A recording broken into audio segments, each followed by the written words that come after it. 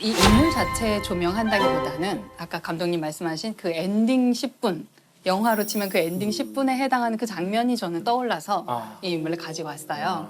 그래서 앞부분은 좀 지루할 수 있다 이 얘기를 미리 좀 드리는 거고 이분은 나사에서 일하는 과학자. 이름은 미미 아웅이라는 이름인데 미미 아웅. 네.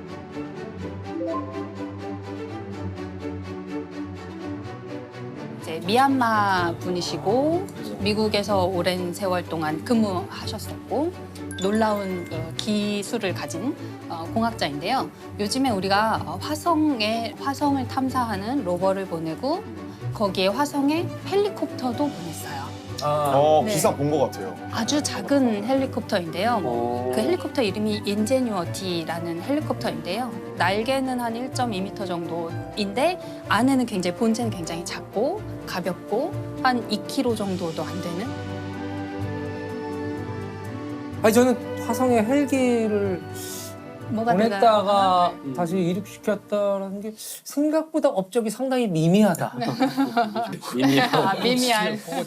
미미한. 근데 그게 어느 정도 어려운 일이고 그리고 그게 왜 중요한 건가요? 거기서 헬리콥터를 띄우는 게.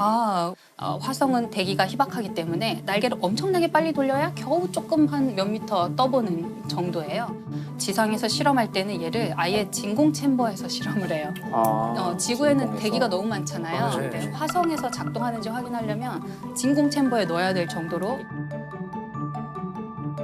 이분이 한 6, 7년 정도 열심히 그 팀을 이끌면서 최대한 가볍게, 최대한 날개는 엄청 빠르게 돌아야 돼요.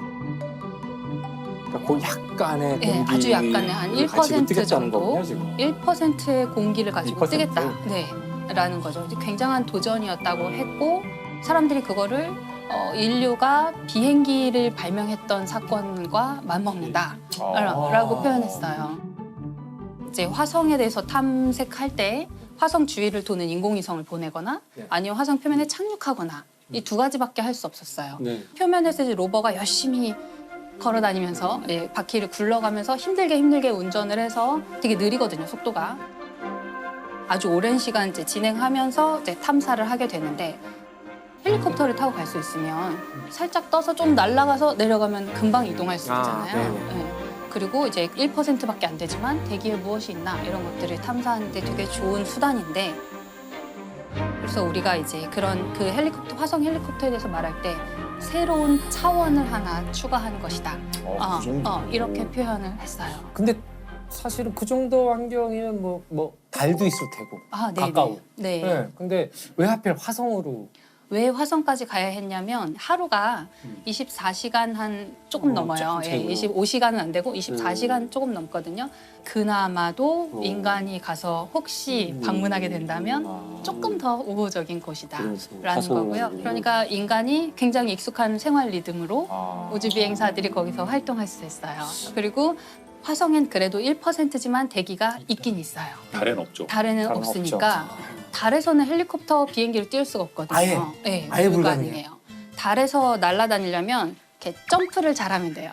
가벼우니까. 점프해서 멀리 가서 떨어지는 이런 것들이 이제 요즘에 개발하고 있고요. 재밌긴 하겠네요. 네. 높이. 어렸을 때도 트램폴린. 그렇죠. 퐁퐁이 그거. 트램폴린 퐁퐁처럼. 재밌겠다. 하면 엄청 높이 다른 중력이 작아서 엄청 높이 올라갈 수 있으니까 충전하고 올라갔다 내려갔다 이걸 계속 할 수 있는 거예요.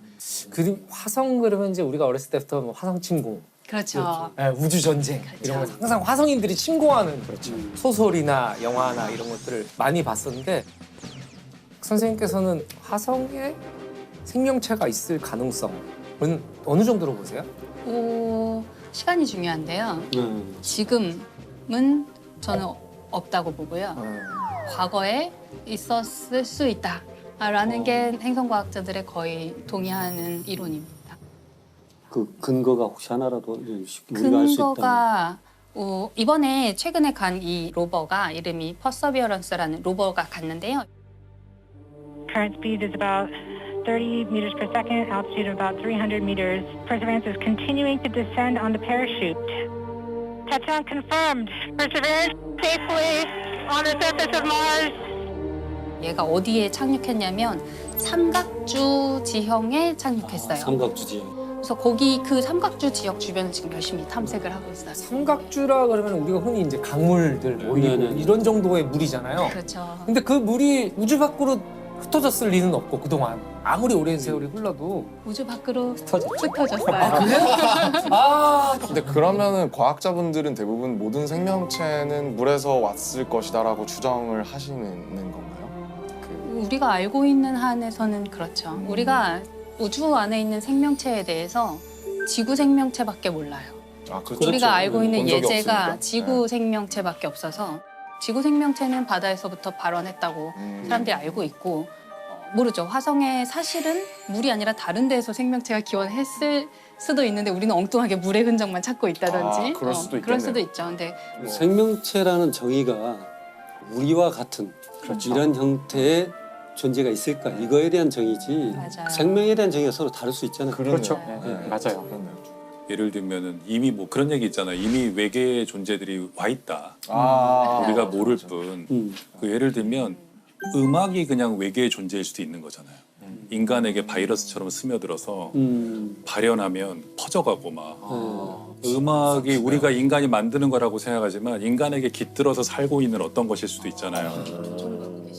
선생님 말씀하신 것처럼 이렇게 뭐 태어났다 죽고 이런 게 아니라 다른 방식으로 생명을 유지하는 어떤 존재들이 어디선가 왔고 소리의 형태로 존재하면서 사람에게 깃드는 게 아닐까. 사라지지 않고 계속 이어지게 만드는 거죠. 네네. 그들이 더 오래 갈 수 있는 거죠. 인간보다 더 오래 살아남고 그렇죠. 조종을 받고 계신가요 혹시? 조종을 받아서 이런 숙주를 통해 갖고 널리 퍼뜨리고 또 새로운 노래가 나오면 새로운 생명체가 탄생하는 거고. 노래가 중요하죠. 사실 날지 못하는 새는 있어도 울지 못하는 새는 없다. 와. 찾았다 외계인? 찢었다 찢었어. 나 그 수많은 하수인들 중에 하는 지금 뭐 빌보드 간다고 좋아할 때가 아니야 지금. 선택을 받은 거죠. 그렇네요. 외계 존재의 선택을 받은 존재. 축하드립니다. 선택 못 받았어. 저희 같은 일반 사람들이 떠올리는 사람은 결국 사실 일론 머스크와 스페이스 X긴 하거든요. 그렇죠. 우주 산업에서 일론 머스크의 영향력이 실제로 이제 학자로서 체감하시기에 어느 정도인지. 네, 그러니까 이분이 뭐 회사의 대표이자 경영자이기도 하지만 자기가 실제로 엔지니어기도 하고요. 실제 개발에 참여를 많이 했어요. 원래 페이팔을 만들었었죠. 네. 페이팔을 하면서 돈을 엄청 끌어모아서 네. 그걸로 성공한 돈을 이제 우주에다가 뿌리고 있죠, 지금.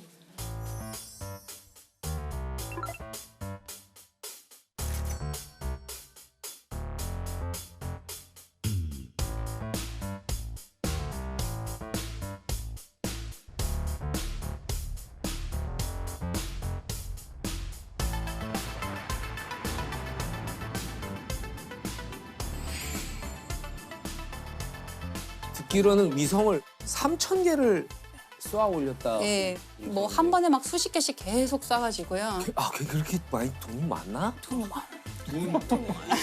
그게 그 스타링크. 네, 그거죠. 그게 스페이스 X가 하고 있는 스타링크인데요. 지구 근처에 인공위성을 엄청나게 많이 띄워서 얘로 네트워크를 망을 만드는 거예요.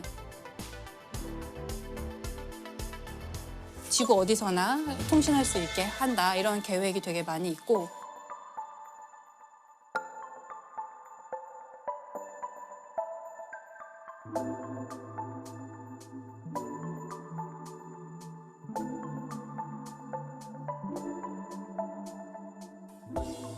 사실 정말 궁금했던 게 인공위성을 스페이스X에서만 쏘아 올린 게 3,000개가 된다고 하잖아요. 궤도가 커서 그런지 그렇게 여러 국가에서 인공위성을 막 수만 개를 쏘아 올렸을 것 같은데 부딪히거나 그러지 않나요? 부딪히기도 해요. 아, 그런 그래요? 사고가 날 수 있고 그래서 어느 정도 그 밀도를 유지하게끔 그런 규칙이 정해져 있어요. 그 규칙이 있구나. 우주로 쏘아 올리는 모든 물체는 등록을 해야 되는데요. 등록할 때 이제 우리가 어느 궤도로 보낼 것이다, 임무 수명이 어느 정도다, 임무가 끝난 다음에 어떤 식으로 폐기할 것이다 이런 이제 대략의 계획이 있어야 되거든요. 근데 문제가 되는 것은 거기에 참여하지 않고 자력으로 등록하지 않는 물체를 올리기도 해요. 왜냐하면 이게 등록 안 했다고 해서 처단할 수 없거든요. 뭐 거기로 가서 불법도 뭐 이렇게 할 아니고 수도 없고 그렇죠. 그러니까. 그 갔는지도 모르니까 이제 지구 규모에서는 뭐 새로운 게 올라왔는지 안 올라왔는지를 알기는 어렵잖아요. 그래서 거기에 이제 참여하지 않으면 그런 미확인 비행 물체들이 정말 네. 근데 진짜 최근에 뭐 이렇게 기사 보니까 우크라이나 전에 전쟁에 있어서 그것들의 정보를 제공하거나 예, 이런 위성들을 우리가 이제 파괴하겠다. 그러면 만약에 거기서 쐈다. 그럼 미국이 가만히 있지 않을 테고. 이러면 진짜 우주 전쟁이 벌어지는 거 아니에요? 그래서 그 상대방 국가의 인공위성을 요격하는 기술을 이제 많이 개발하고 있는데 큰일 났다. 큰일 났다. 역시. 스타워즈라 그러죠. 그러니까 옛날에. 스타워즈네. 그거를 처음에 실험을 해야 되는데 우리가 실험을 남의 나라 위성을 진짜 요격하는 실험을 할 수는 없잖아요. 그러면 그래서 전쟁 나니까. 자국의 오래된 위성, 폐기해야 되는 위성을 자기가 격추하는 그러다 실험을 해요. 잘못 격추하면 할 수도 있고. 자, 그러면은 되게 저는 생소한 말이었는데 일론 머스크가 인류를 뭐 다행성 종족으로 만들겠다라고 네. 선언을 했다는데 그게 이제 일론 머스크 같은 큰 사람이 얘기를 하면 일파만파 전파가 되니까 그런 건데 그렇죠. 일단 트위터를 인수하셨으니까. 네. 맞아요. 근데 이제 원래 있던 말이긴 한데요. 그러니까 우리가 뭐 멀티 플라네터리 스피시스 이렇게 다 행성 종족이에요. 여러 행성을 오가는 여러 행성에 걸쳐서 생존하는 그런 종족인 인간이 우리가 그렇게 돼보자 그런 이제 목표를 가지고 있어요. 뭐 화성에 사람을 이주시키겠다. 그래서 장기간 거주하게 만들겠다 이런 얘기를 하고 있고.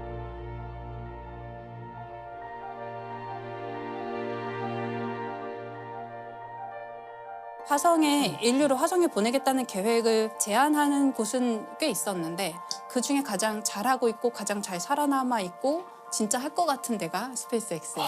그렇구나. 일론 머스크가 50년 내에 화성에 정착촌을 세우겠다. 네. 그게 가능성이 50년 어느 정도 되는 거라고 보세요? 50년은 좀 도전적인 목표일 것 같긴 한데요. 예를 들어서 스페이스X가 제안하고 있는 개념 중에 우주에서 주유하는 게 있어요. 주유요? 네, 기름을 넣는 거예요. 기름 넣는 네. 거. 왜냐하면 멀리 가려면 또 방향을 많이 바꾸려면 연료가 많이 필요한데 연료는 무겁잖아요. 그게 기름이에요? 우주선 연료도? 네, 등유를 쓰기도 하고 고체 연료를 요즘에 쓰기도 하고 아무튼 그런 이제 우주 공간에서 막 돌아다니려면 연료가 있어야 되는데 연료가 무겁잖아요. 네. 그 무거운 거를 우주로 쏘아 보내려면 또 연료가 많이 필요해요. 그렇군요. 그러면 또 연료를 많이 주면 또 무거워요.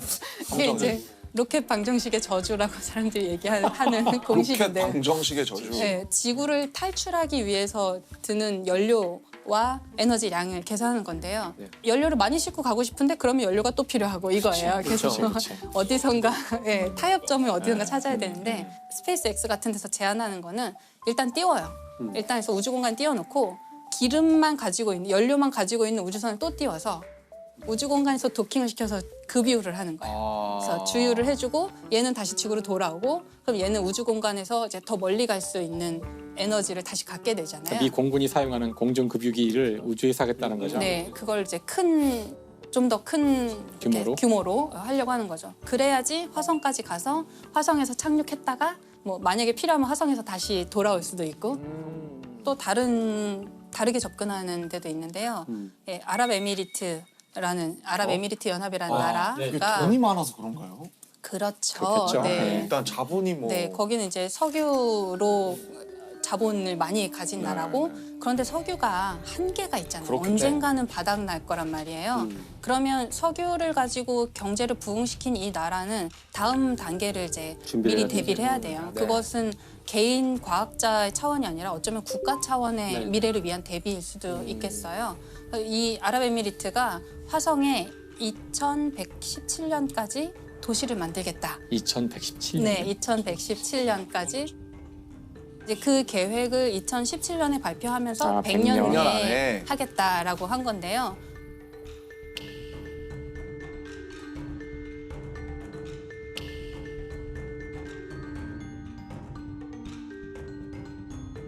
국가 차원에서 굉장히 우주 탐사를 갑자기 막 속도를 엄청 빠르게 진행시키고 있어요. 인공위성을 띄운 지도 사실 얼마 안 된 나라거든요. 그 인공위성 띄울 때 우리나라 기업에서 기술을 되게 많이 전수해줬거든요. 외부의 도움을 되게 많이 받았던 완전 우주 탐사에서는 신생 국가인데 갑자기 화성에 사람 보내겠다라고 하니까 사람들이 웃었을 수도 있잖아요. 근데 지금 벌써 화성에 탐사선 보냈고요. 아 보냈어요? 네, 진짜요? 몇 년 만에. 그러니까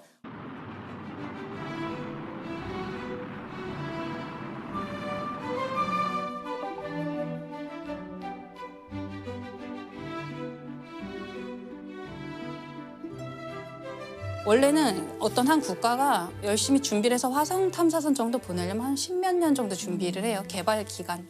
근데 이 나라는 몇 년 만에 보냈어요.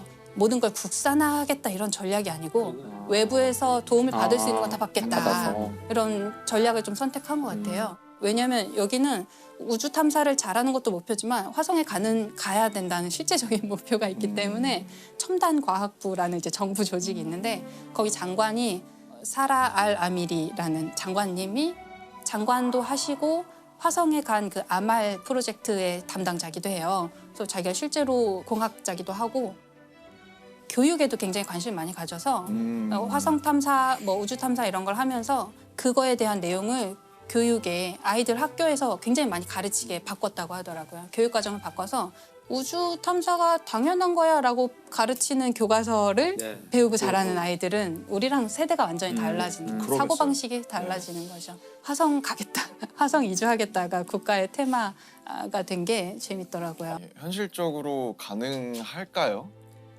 제 세대에서는 가는 거는 가능도 할 것 같아요. 네. 근데 가서 장기적으로 존재하느냐 그리고 또 가서 번식을 하고 다음 세대까지 살 수 있게 하느냐 그거는 조금 더 먼 미래가 아닐까 싶은데요.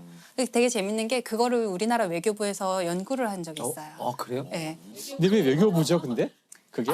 그 되게 중요한 지적이신데요. 오, 왜 외교부에서 이제 전문가에게 연구 용역을 준 거예요. 어떤 연구를 하냐면 예를 들어서 한 100년 정도 후 뭐 화성에 사람이 살 수 있고 오래 거주할 수 있는 환경이 된다고 치면 그때의 정치, 국제사회 관계, 지구와 화성 사회의 관계는 어떠할까? 화성을 정치적인 어떤 국제 관계로서 보는 거군요. 네, 가면 네. 외교부 직원이 파견 나가야 되는 거죠. 그럴 수도 있죠. 투표권을 줘야 되는지. 그렇죠. 그리고 화성에 오래 생존을 하고 있으면 이 사람들이 자치권을 요구할 수도 있죠. 우리 더 이상 뭐 한국 사람 안 하고 우리 나라 세울 거야 이럴 수도 있고. 그러니까 지금은 우주 공간에 있는 것은 다 평화적으로 사용해야 되고 누가 개인이나 어떤 국가가 소유할 수 없어요. 그런데 최근에 바뀐 게 미국 정부에서는 달에서 흙을 얼마쯤 가져오면 그게 뭐 그람당 얼마 이런 식으로 해서 팔 수 있게 해주겠다. 국가가 이건 사주겠다. 민간 기업한테 약간 장려하는 느낌인데요? 그렇죠. 그래서 달 좀 가서 파와라 네, 이런 네. 느낌인데. 그러면 다 미국 정부의 입맛에 맞게 탐사를 하려고 그렇죠. 하겠죠. 그리고 나중에 미래에는 정말 우리가 정착촌이 형성된다면 그 뭐 땅은 모두의 땅이지만 그 기지는 우리 거야라든지 기지 안에 있는 뭐 바닥에 깔아놓은 매트 우리 거니까 밟지 마라든지 다른 형태의 소유권을 주장할 수도 지금 있죠. 남극이 그렇지 않나요? 남극도 네, 남극도 소유 못하죠. 근데 소유 못해요. 기지는 자기 거인 거죠. 저런 화성도 만약에 여러 정착촌이 여러 나라 정착촌이 있다면 결국에는 우리 여기서 일어나는 일은 지구까지 보고하는데 몇 년 걸리고 우리끼리 해결하는 뭔가를 만들자 하고 분명히 있을 문제는 지구에 자꾸 뭔가 시킬 거거든요. 네. 야, 너네 뭐 좀 채취해서 보내. 뭐 좀 하는데 정작 화성에 있는 사람들이 그걸 하려면 우주복 입고 나가갖고 너무 힘들고 막 이런데 야, 이거 언제까지 우리가 이거 지금 계속 받아야 되지? 이런 순간이 올 거라고 생각해요. 독립하겠죠. 네, 독립하자. 이거 연락 끊자. 손절. 야. 그죠. 이걸 누가 했냐면 그런 게 이제 국제 정치나 이런 거를 연구해 본 경험이 있는 사람들이 네. 잘할 수 있는 거죠. 그걸 전공하셔서 석사를 받으시고 SF 소설을 쓰고 있는 배명훈 작가님이 그걸 했어요. 정말 완전 적격자였죠. 이제 SF 소설가라서 이런 화성 환경 잘 아시고 또 국제 정치 너무 잘 아시고 전문가니까 사실 미래를 가장 많이 생각한 사람들이 SF 작가예요. 맞아요. 그래서 사실 미래를 알고 싶으신 분들은 SF를 보면 되거든요. 맞아요. 책을 보면 돼요. 책을 보면 지금 오늘 우리가 한 모든 이야기에 대한 모든 가능성, 여러 가지 가능성들을 이미 다 생각해서 글로 써놨고 심지어는 이야기하지 않은 것도 다 쓰여 있거든요. 맞아요. 네. 아마 그것이 우리가 미래를 시뮬레이트하는 가장 좋은 방법이 뭐 해보는 것보다 SF 소설을 보는 거죠. 실은 제도의 문제를 한번 꺼내보고 싶어요. 그게 과연 미래로 가는 데 있어서 지금 현재까지도 해결되지 않는 이 제도를 끝까지 갖고 가야 되는가. 이것은 우리가 선결해야 될 것이 있지 않나. 이런 생각에서